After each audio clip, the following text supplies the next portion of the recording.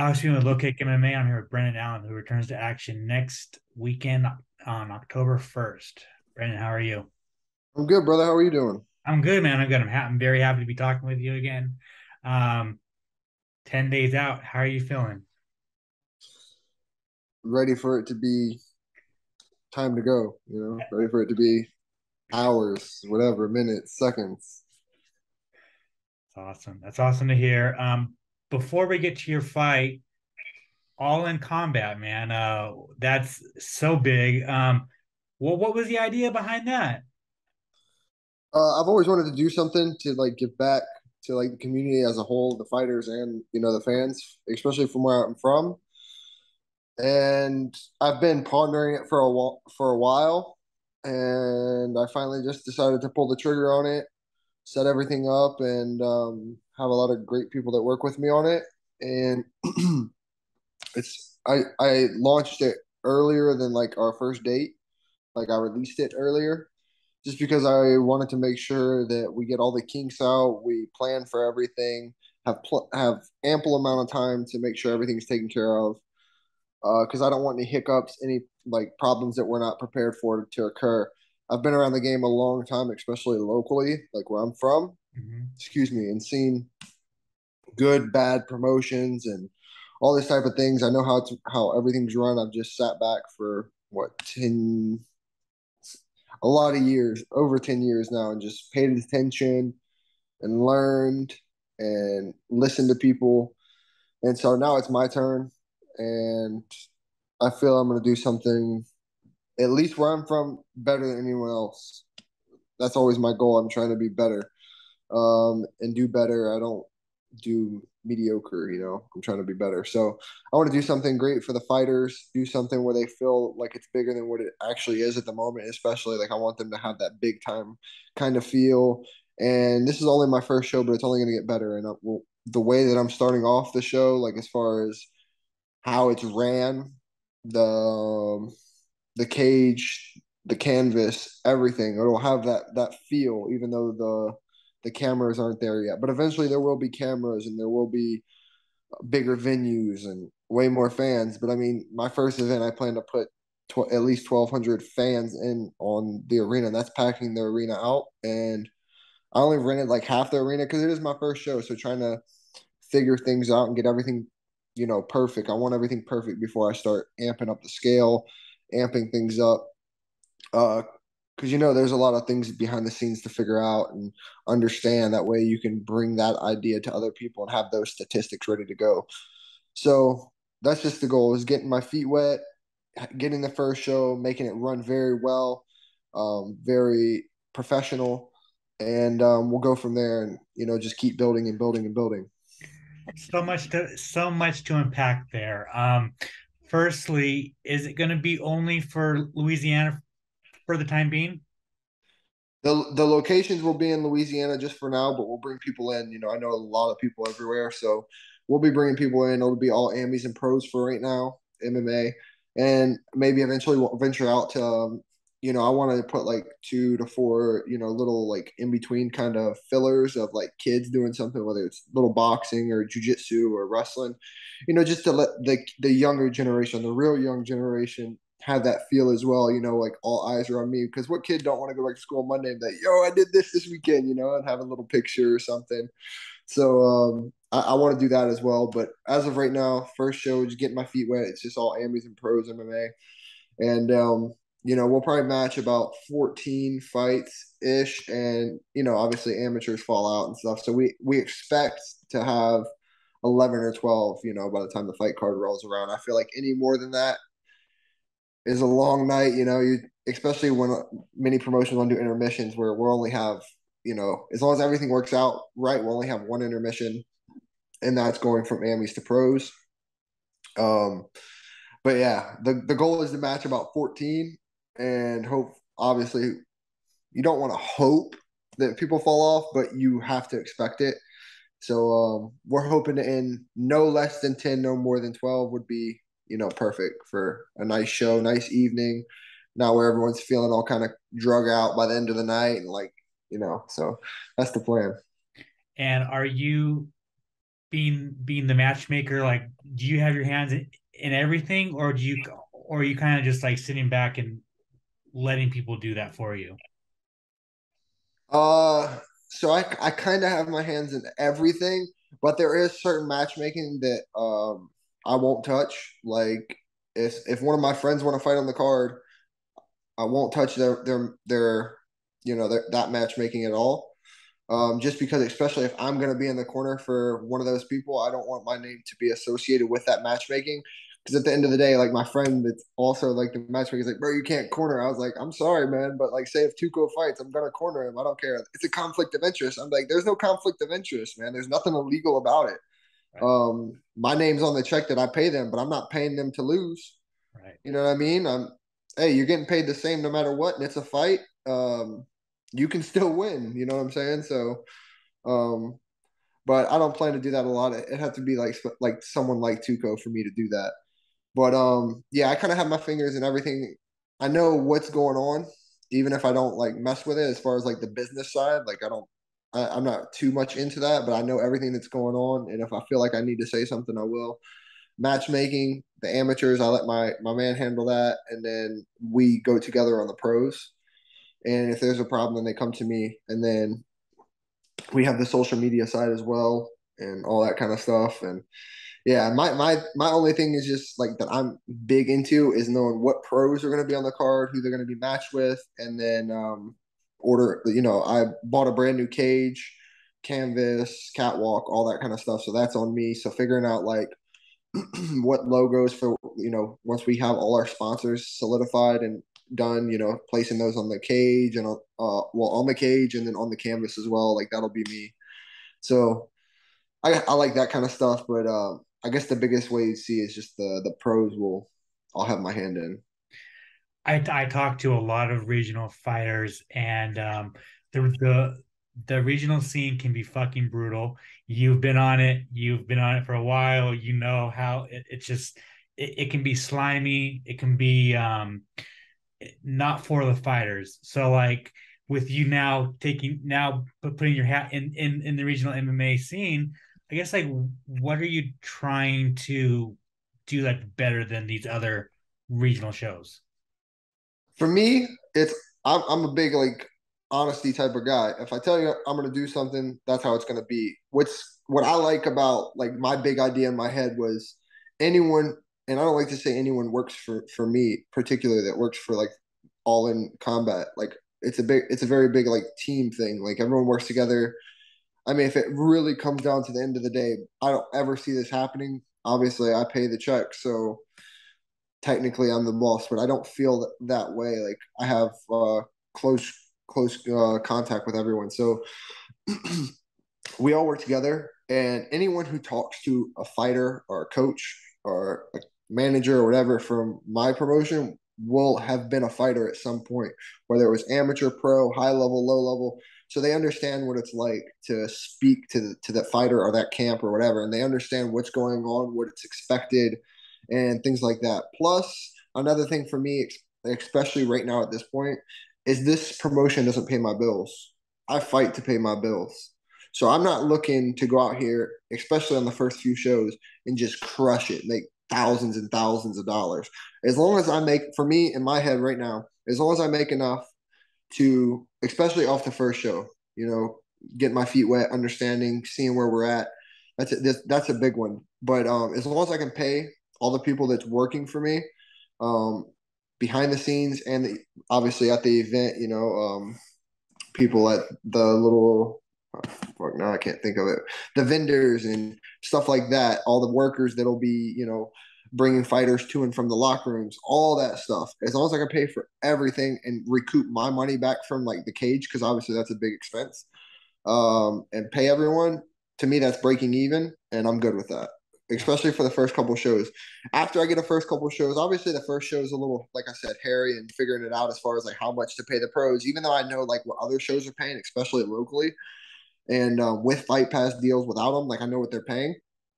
For the most part, obviously you have your exceptions, but after I figure that out, especially from the first show, our profit margins and everything like that, I can pay the fighters a little bit more than what I'll be paying anyway. But I already plan to pay fighters like the pros what a fight pass deal would give them. You know what I'm saying? Fighting on a promotion that already has a fight pass deal. Because to be honest with you, when I heard the numbers, I was pretty surprised that it's still like that. Obviously, some promotions have a big backer and they can pay a little bit more, but it's nothing crazy. I mean, I remember fighting for LFA and I had, I think, the most fights for LFA at that time. And I was making like 2,500 and 2,500 for, you know, I was the champion too. So, um, you know, it's pretty crazy. And I know things have evolved, but it ain't been that much.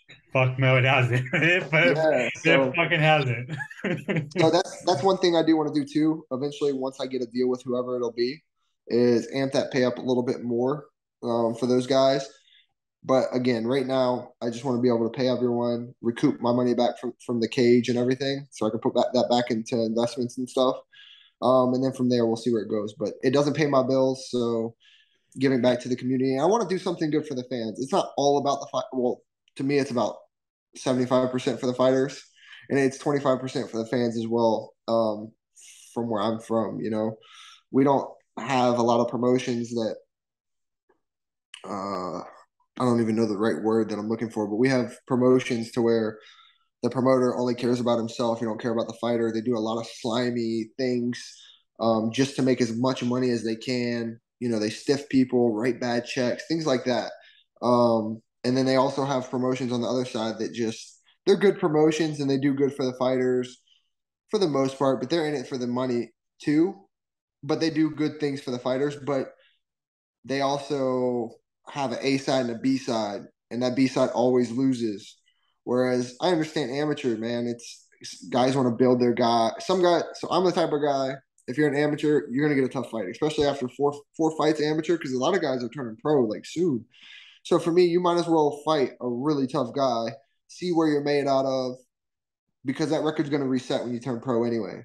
So get all that shit out of the way then. So if you're an amateur and you got more than four fights, you're not gonna get a fight where it's just you're gonna walk through the guy. If you know you knock him out quick or whatever, that's on you. But the fight itself is gonna be a tough fight.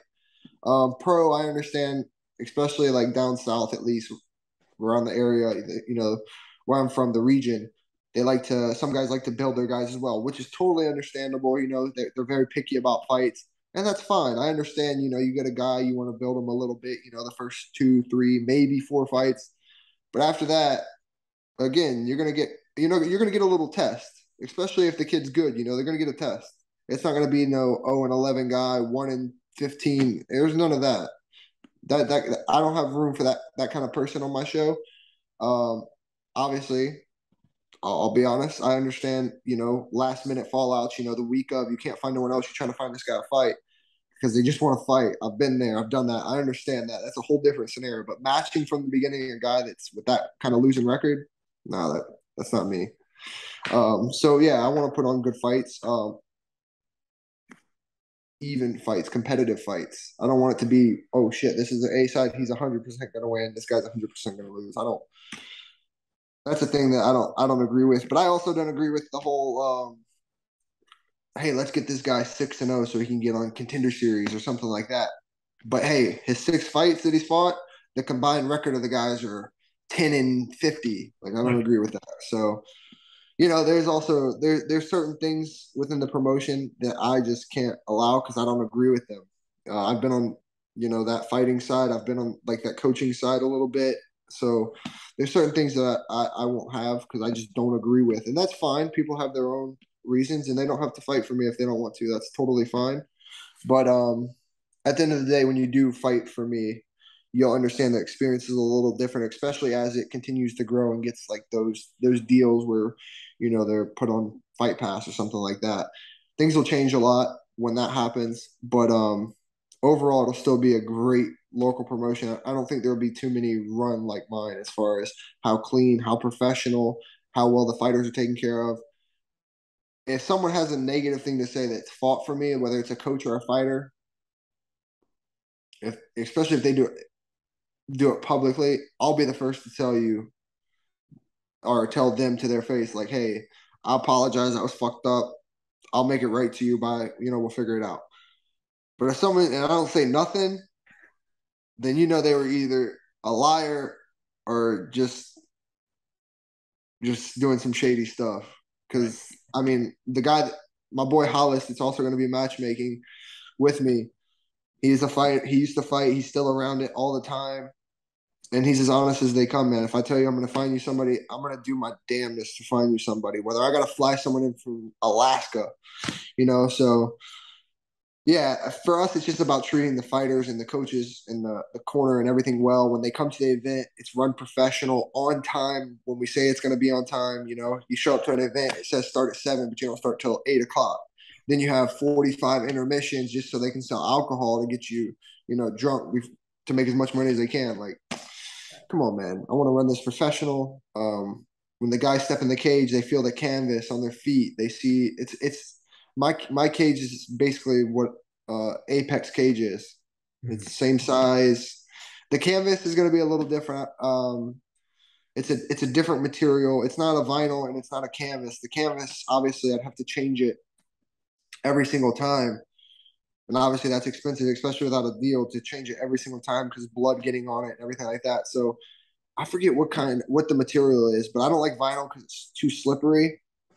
Excuse me. So apparently they have a new one. I forget what they called it, and it's got kind of that grittiness of a canvas, but it's also got that vinyl where it can be cleaned a little easier. So once a year until we get a deal, we'll keep the same canvas, and once we get a deal, we'll look into seeing how much it costs because I haven't ordered the canvas yet because, like I said, I'm still waiting on the all the logos and then schedule them out. But we'll see how much those cost and go from there. But it'll be different, man. Different feel, and I'm super excited. We're super excited, and I got to handle my business first, Yeah. because with my name going good, the promotion's name goes good, which means more eyes for the fighters, more deals that come in the future that also can be given back to the fighters. Yeah, no, absolutely, absolutely, man. I'm so excited for you. I do agree with the matchmaking. That's like that's the one bad thing about Bellator is their matchmaking is garbage, and that's what it brings down the brand, right? Um, so I totally agree with you on all fronts, man. I'm so excited for you. Finally, the last thing on that, are you looking to get on UFC Fight Pass? Because you kind of have I mean, you have the UFC behind you, right? Like, is that the goal, or is it kind of whoever comes? I mean, I don't know exactly how the deals are right now. Like I know like that much of like how it works. Uh, So to me, it's just about knowing like all realms. gotcha. But of course, I would like to have the UFC's backing to get their promotions and things like that. That's why I'm not rushing it and I'm not just reaching out to them right now. I'm like, how can I get on? I want to keep my name going, and also more than keeping my name up there, I need to get my feet under me and make sure that I have the promotion stuff and all the in betweens lined out. So then when I do go to them, like, look, man, I've got this figured out. Like I've got it 95% figured out. There might be 5% of things that haven't happened yet that might be a little hairy, but I'll figure that out too. But I got good fighters. I got a good show. Everything's really nice set up. Fans really come out and support. So you know, I want to be able to come with him with the full idea, not just half-ass. Yeah, for sure. Absolutely, man. Awesome. Well, I can't wait for it. I know that I know it'll be great because man, you anything you put your mind to it's bound for greatness, man. So I'm super excited for you. I did want to ask about UFC 275. It's been about 3 months. You you said before the fight it was probably gonna be boring. And it, kind of was. How do you feel about that performance? I was more disappointed in myself than anything. I always said I'll take responsibility for me. Um, I honestly thought in my head I was going to go out and highlight reel him, which is why I was like, okay, we'll go to Singapore, we'll deal with all that, and first time out of the country for me. I was like, but we'll deal with it because I'm the highlight reeling. Then getting into the camp, I was like, okay, we know he's going to take me down. We know he's going to try to. I really thought I was going to be able to stuff his takedowns. I tried something new, and I didn't fully have all the quirks worked out with that certain defense that I was looking to try to do, and it got me taken down 7 times. And I think at the end of the day, he just didn't come to fight. I come to fight even off my back. I was trying to inflict damage. I was trying to hurt him. Um, I I think it's to me it's literally that simple. He didn't come to fight, and I came to fight. I always come to fight no matter what, whether I go out on my shield or not. So he didn't. He was boring. He just tried to literally hold me, even hitting him in his face like over and stuff. He was still just holding. It was so crazy.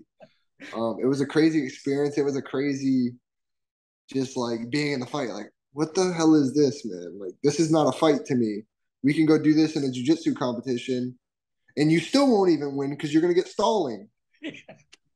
So it's just like it is what it is. I try to turn the narrative around, and now at this point, I like to think like that was him on his best day, me on my worst day, and he still couldn't even beat me.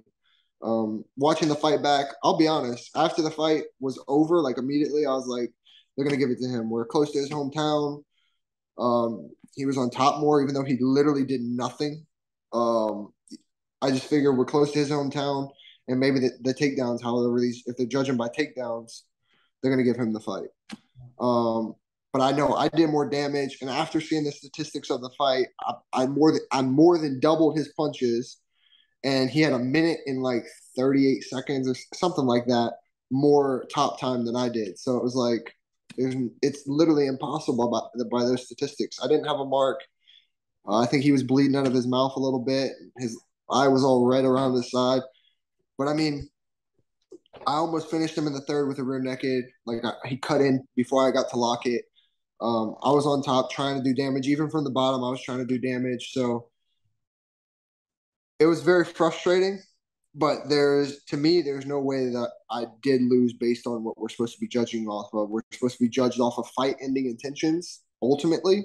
Right. Obviously, there's other things, but that's the ultimate intention. I mean, that's the ultimate judging, fight ending intentions. And he had literally nothing. No fight ending, nothing. So I won. Yeah, I mean, and it's just one of those fights where it's a fight that happened on to the next. It's just like, Exactly.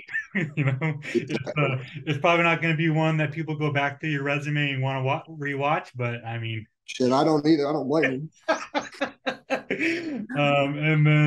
And then left the country for the first time. Is that kind of like a one and done for a minute? I think that far it is. I was looking into maybe fighting in Perth because I think like Australia would be a cool place.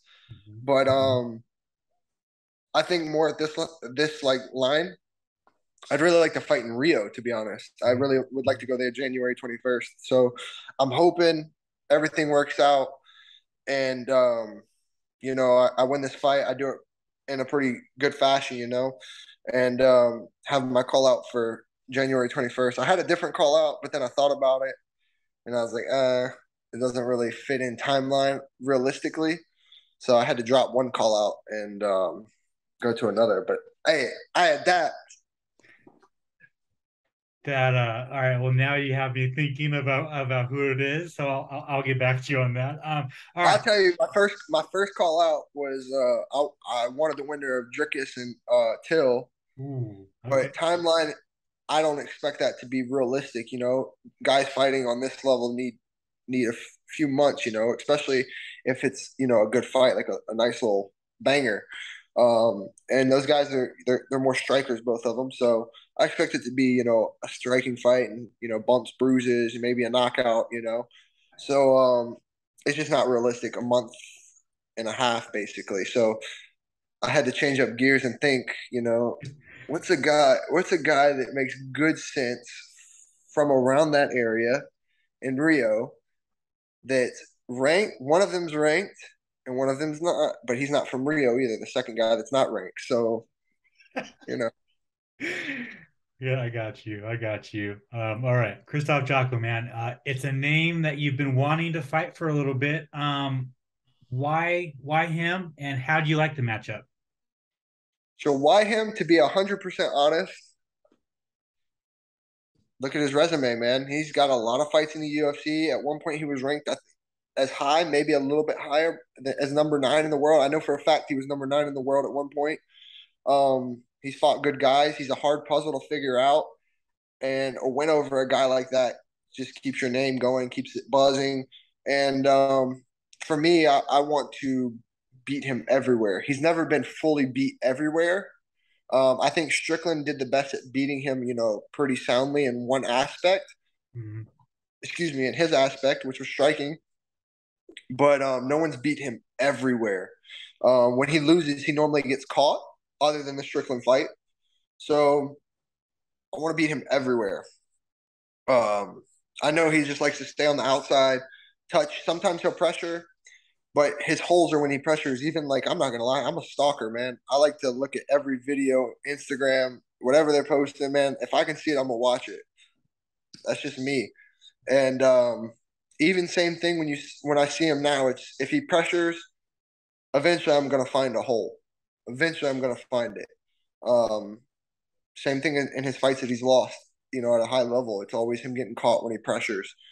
So I'm excited, man. I know he's a tough puzzle to figure out. I feel like he's a guy that he comes to fight, but only for like the first real round. He comes to fight. After that, I think he fights to not lose. There's a difference, and he's got a weird style, tricky style, and he's hard to figure out. So I like puzzles. I like to try to figure things out, and I think I have the answer, of course. So next Saturday, we'll see if I do have the answer. With that being said, how do you get your hand raised? To be honest, man, I haven't put any effort into like how, but I'm hoping a finish. I, I I just feel I'm better everywhere, man. Especially when I'm on, You're I feel on. I'm the best guy in the world. I don't feel that there's any man that can beat me when I'm on. But obviously, it's that catch of when am I on? But I feel like most of my not being able to put fully 100% me in the cage has been mental. So I've been working on that. I've put new avenues to find that out, and I feel really good right now at this point with it. And hopefully that shows next Saturday. Hopefully I can just wow everyone again. I've wowed everyone a couple, with the Tom Breeze fight, coming onto the scene with the Holland fight, and I don't even think the Holland fight was that good, to be honest. Like my performance wise, um, the Puna fight, those are the two though that like kind of stand out to like what I did. The Carl fight maybe, but I want to do even better than that. So, and I know I'm capable of it, and I know this guy's tough and he's tricky, and a lot of people say he's a boring guy, which I see it, man. He's a touch and run, touch and run, touch and run. So I just went from one boring guy to another, but two different styles. But I feel like I'm the type of guy to make it a fight still and enjoyable, and that's exactly what I'm going to try to do. Awesome. As of now, you're not on the main card. What the hell is up with that? Haters, man. Hey, I feel like it should be more disrespect to him than me because I've never been ranked. I know I've been obviously close. He's on a win streak. I'm on a little win streak or whatever. But he was ranked number 9 in the world at one point. So it's just like to him, it's more of a knock than me. But to me, honestly, man, I'll talk shit about it, but I don't really care. I get to go in earlier, get it done, and then chill for the rest of the night, hang out with my friends, and things like that. So I talk shit about it, but I don't really care. I'll fight first of the night and be just fine. Uh, you doing braids? Oh yeah, yeah. Okay, okay, I think I'm gonna do half this time though. Half. okay, okay. I see that you shaved your mustache. What's up with that? Man, it starts itching and I got to get rid of it.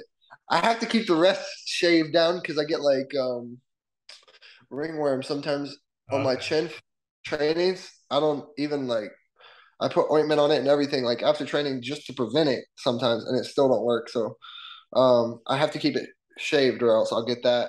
And then that, yeah, it'll just start itching me, so I just cut it off.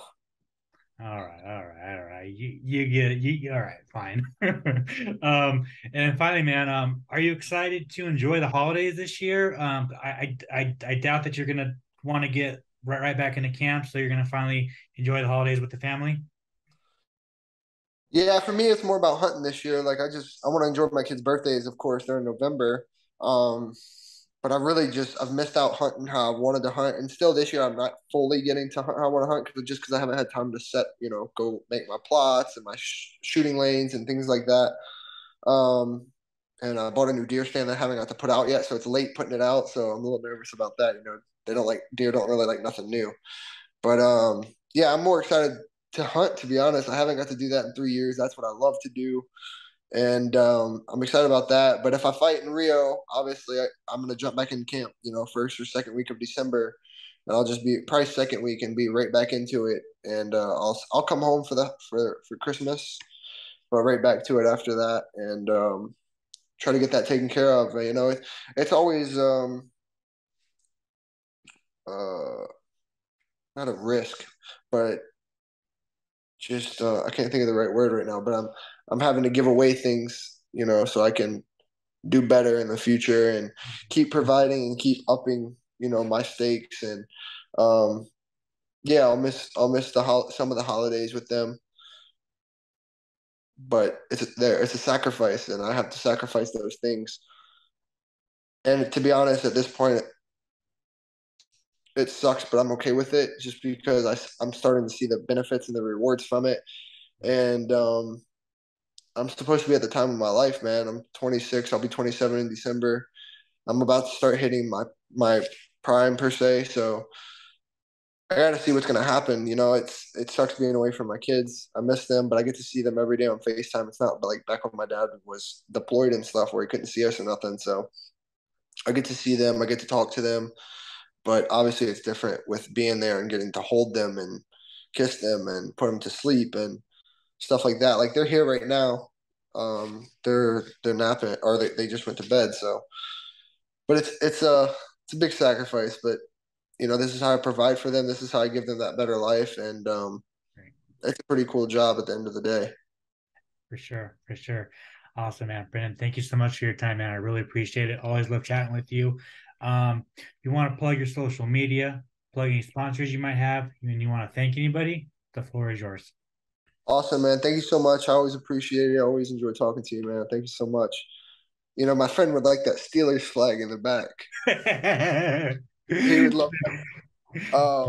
But yeah, man. Thanks to everyone. Follow me on B_Allen185 on Instagram. My new promotion is AICMMA on Instagram. Follow them as well. If you want to fight, we just posted about that. So follow those. And just thank you to my team, man, everyone. It's been great. Great camp. I feel great.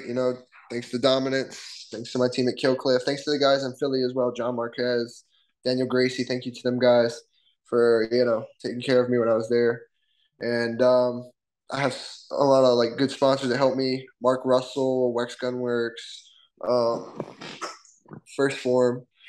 I'm hoping to add Monster to that list. So tag Hans, tell him where is he at. I'm trying to get that. I'm still really out here. So yeah, man. Thanks to everyone. Thanks for the support, man. I can't wait, and hopefully I put on a good show for everyone next weekend. Make sure to subscribe to the LowKickMMA YouTube channel for all the latest news, event previews, and interviews with some of the biggest stars in MMA.